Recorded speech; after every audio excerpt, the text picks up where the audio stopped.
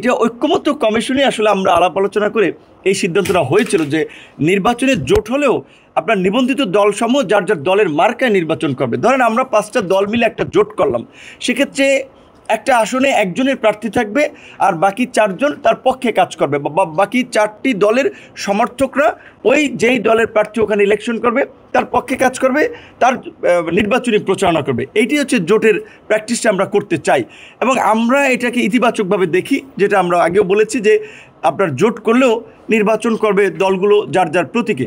সেক্ষেত্রে হয়তো কিছু কিছু দল বা নেতৃবৃন্দ আপত্তি জানিয়েছে বা জানাতেও পারে, কিন্তু আমরা এটাকে ইতিবাচকভাবে দেখি এবং নির্বাচন কমিশন বরাবর বলেছে যে জাতীয় ঐক্যমত্য কমিশনের আলোচনায় নির্বাচন কমিশন সংশ্লিষ্ট যেসব সিদ্ধান্তের বিষয়ে একমত হয়েছে সেগুলো ওনারা এক্সিকিউট করতেছেন। সেইটারই অংশ হিসেবে আসলে এই নির্বাচন জোটে করলেও নির্বাচন করবেন প্রার্থীরা যার যার দলের মার্কায় প্রতীকে।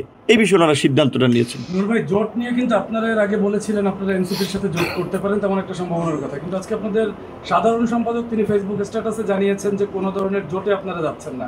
এই নিয়ে আপনার কি অবস্থা? না, এই মুহূর্তে আমরা একটা রাইজিং দল হিসেবে আমরা আমাদের দলকে বিকশিত করতে আমরা সারা দেশে 300 আসনের প্রার্থী বাছাই, তাদেরকে পরিচিত করা, গণসংযোগ, এগুলো নিয়ে কাজ করছি। আপাতত নির্বাচনের আসলে কারোর সাথে জোটবদ্ধ হওয়ার বিষয়ে আমরা সিদ্ধান্ত নেইনি, তবে আলাপ আলোচনা চলছে। বিএনপির সাথে আমাদের দীর্ঘদিন একটা বন্ধুত্ব রয়েছে, জামাতের সাথে আলোচনা চলছে, আবার বিএনপি জামাতের বাইরেও একটা বিকল্প রাজনৈতিক জোট গঠন করা যায় কিনা সেগুলো নিয়ে অনেকের সাথে মিটিং হয়, আলাপ আলোচনা হয়, কিন্তু এগুলো আসলে এখন পর্যন্ত ওই ধরনের কনক্লুশনে পৌঁছানোর মতো কোনো সিদ্ধান্ত হয়নি।